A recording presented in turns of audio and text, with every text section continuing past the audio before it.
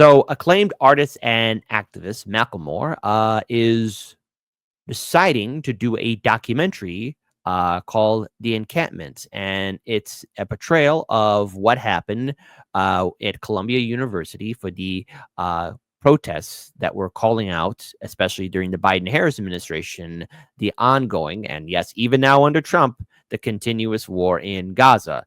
Already, newspapers and media outlets are now saying that the death toll in Gaza is above 50,000. But we already knew that. I mean, it's probably far higher than 50,000 or even maybe, dare I say it, 100,000. The death toll keeps rising up. But Macklemore is using his influence as well as his prestige to at least put his social media following into bringing more awareness, especially what's happening to Mahmoud Khalil, as well as what happened to all the activists and students who are protesting at Columbia University. And as we all have seen, as everyone else in independent media has covered, the Trump administration has put the pressure on Columbia University. But I think it's only fair that we do pull up this video here and we address it. So I'm going to play it in its full entirety. That way, all of you can see it for yourself, and I will not pause. I will play the video so all of you can hear what Macklemore is speaking about. It was not okay. I started learning about the history of the occupation, the political ideology of Zionism, Israeli settlers of the West Bank. I was watching videos coming out of Gaza and crying with friends. I started learning about how colonization, capitalism, and white supremacy need each other to exist and how they were at the root of the Nakba 76 years ago that never ended for the people of Palestine.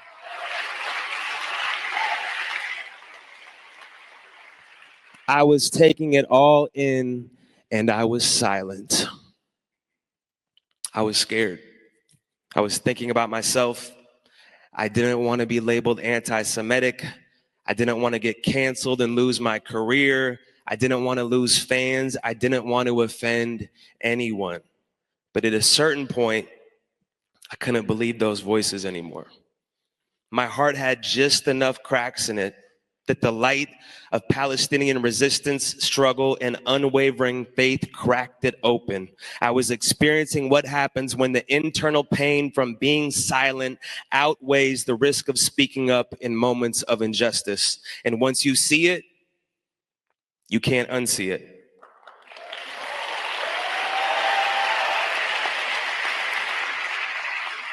Once you learn the real history, you can't unlearn it. Once you get past the media and the White House focusing solely on October 7th, once you begin to look at October 6th, 5th, 4th, and the 75 years before of oppression and displacement,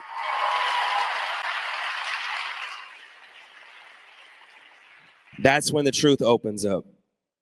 And once you look under the hood and realize our government officials are bought and paid for by the Israel lobby, you can't look at our so-called democracy the same way. Once you understand that our tax dollars are funding a genocide that we are watching in real time in the palm of our hands, I believe it is our moral obligation to adamantly protest the atrocities we are witnessing and funding, or we are complicit.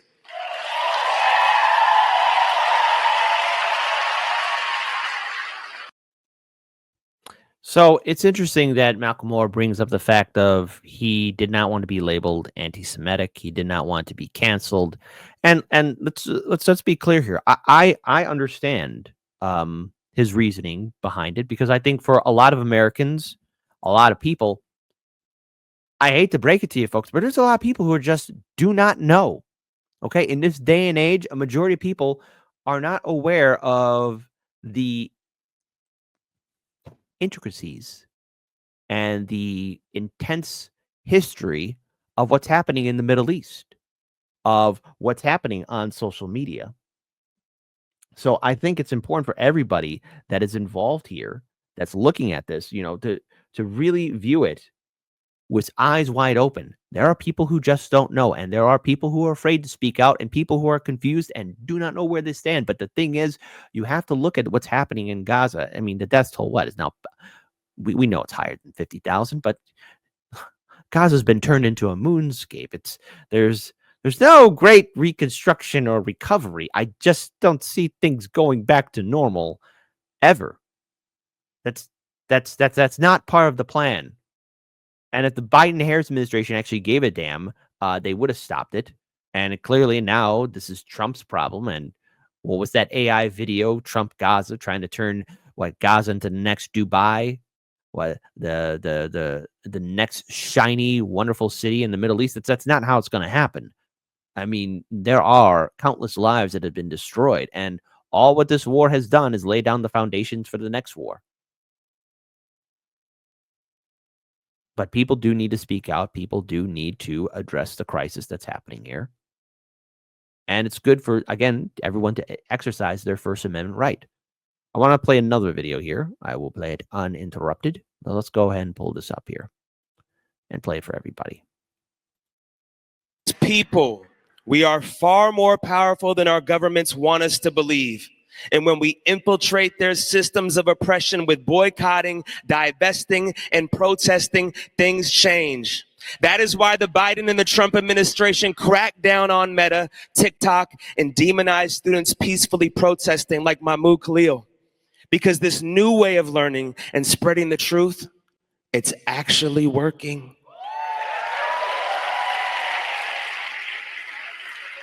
My heart is not the only one that has been opened by Palestine. Millions of people around the world are having the same awakening from witnessing Palestinian faith, resistance, and struggle. The narrative is shifting. The people are the storytellers. The old guard of relying on Western media for accurate reporting is in shambles. They want to control the narrative, and they cannot.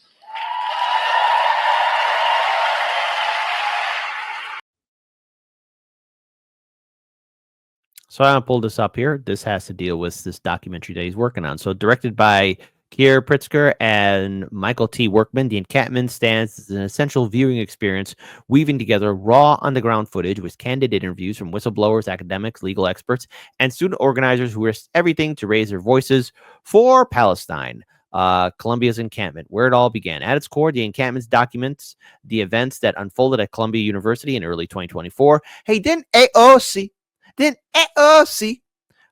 do like a photo op there? I think we remember that. Hey, you think AOC is ever going to show up there at one of these events with Macklemore? You know, you think she's going to be there? Let's have democracy in the chat. Type 1 for a yes, kid, she will. A type 2, no, man, dude, come on. She's on the tour to fight the oligarchy, guys, and taking gifts and questions from Hassan Piker, aka Jank's nephew. Oh, come on, you know I'm right. It's funny. It's funny because it's true. Because I don't see, I definitely don't see AOC speaking out, right? I mean, she should be there. Okay, I mean, she should be there. But in theory, no, she's not. I guess so. So there you go. So what began as a peaceful act of resistance quickly escalated into defining confrontation between student activism and institutional authority.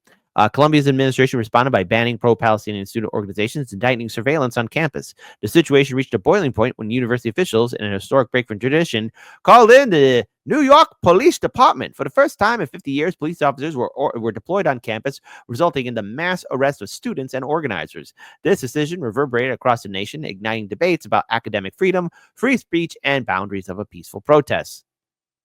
And the encampment distinguished itself through its commitment to amplifying the voices of those on the front lines. Central to the film's narrative is Mahmoud Khalil, a Palestinian student at Columbia and one of the principal organizers of the encampment. Khalil's story serves as a focal point, tracing his leadership in the protest to his controversial arrest by U.S. Immigration and Customs Enforcement agents in March of 2025. In a handwritten letter from detention, Khalil described himself as a political prisoner and accused Columbia University of laying groundwork for his targeting by disciplining pro-Palestinian students and failing to intervene against public harassment campaigns. His letter called on students, allies, and public officials to stand united in defense of the right to protest. According to reporting by the New York Post, Khalil urged further protests and warned that suppression of activism could have far-reaching consequences. Of course, because we have to have free speech here.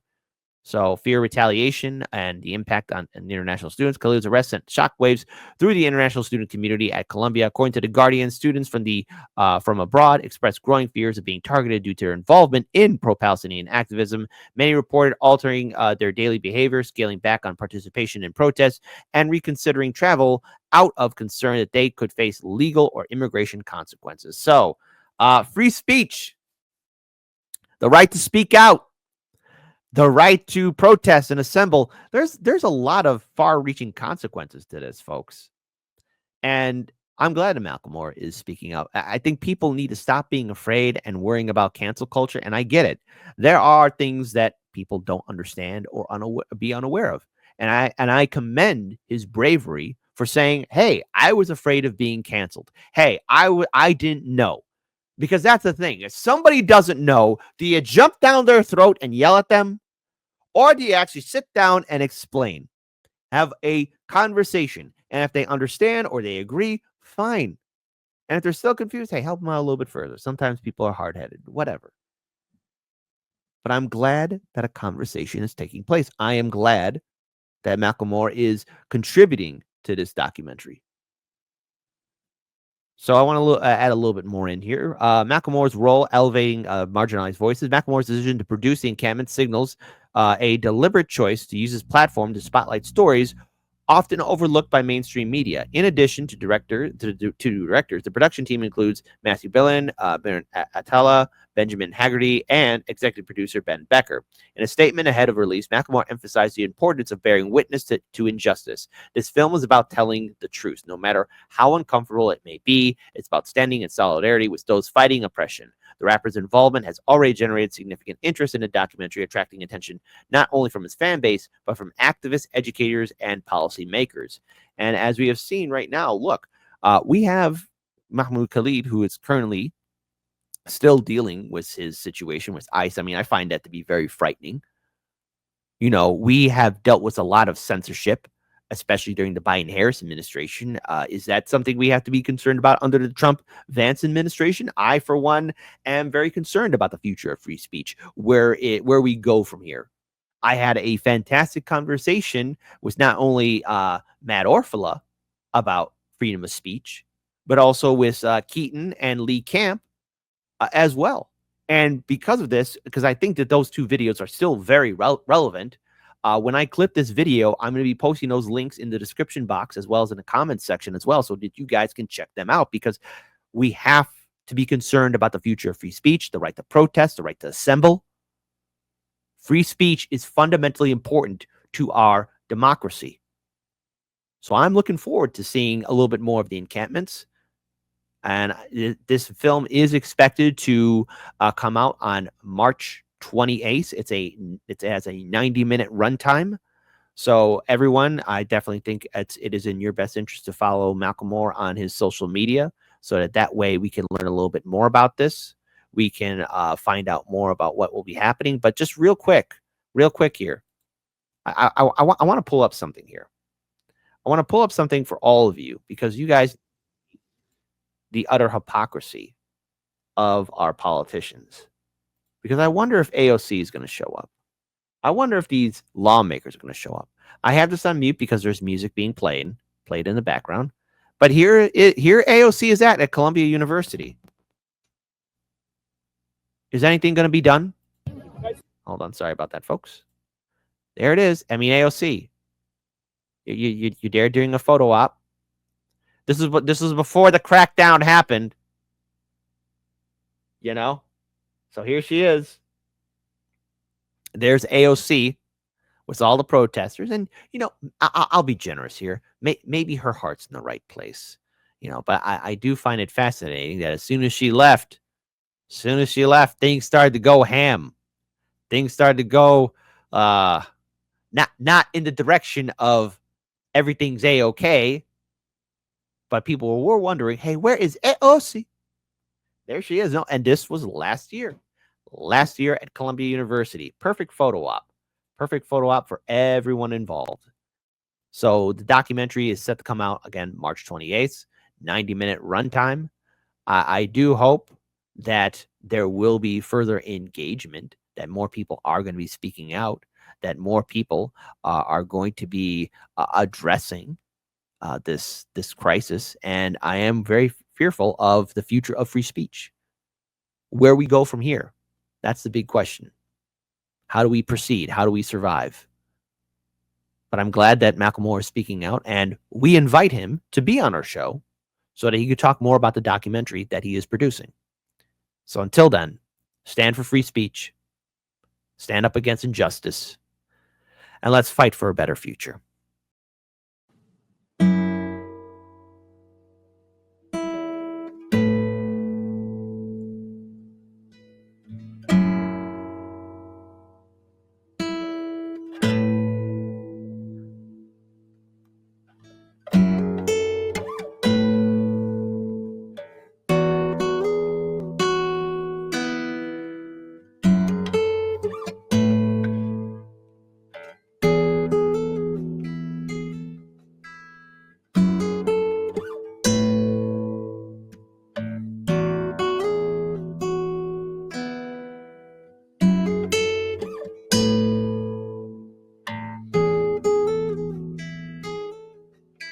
SWAT team took your neighbor today. Watched them as they walked him away. You told yourself extremists come in all different shapes. Met his eyes and lowered your gaze. Is it too late for us to ever change? We are collecting the dust of better days. They're always watching us, but we're never safe. We're not meant to be safe, not meant to escape. We aren't meant to wake.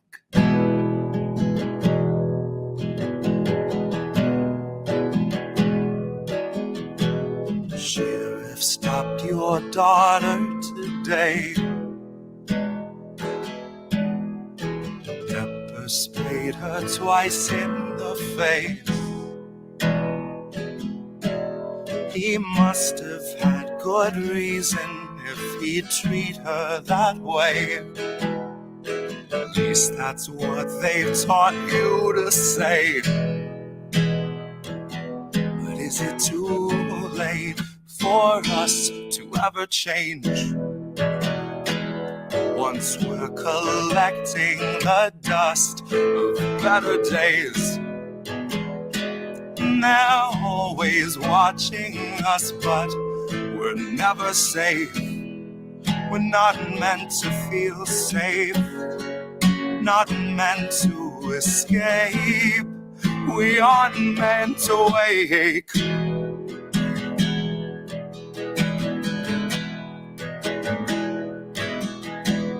Feds arrived and had you detained.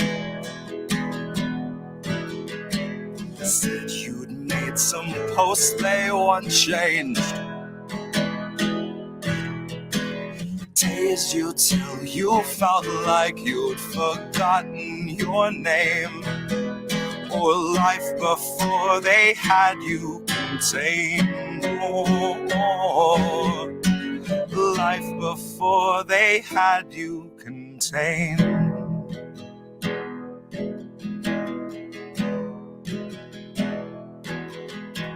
SWAT team took your neighbor today.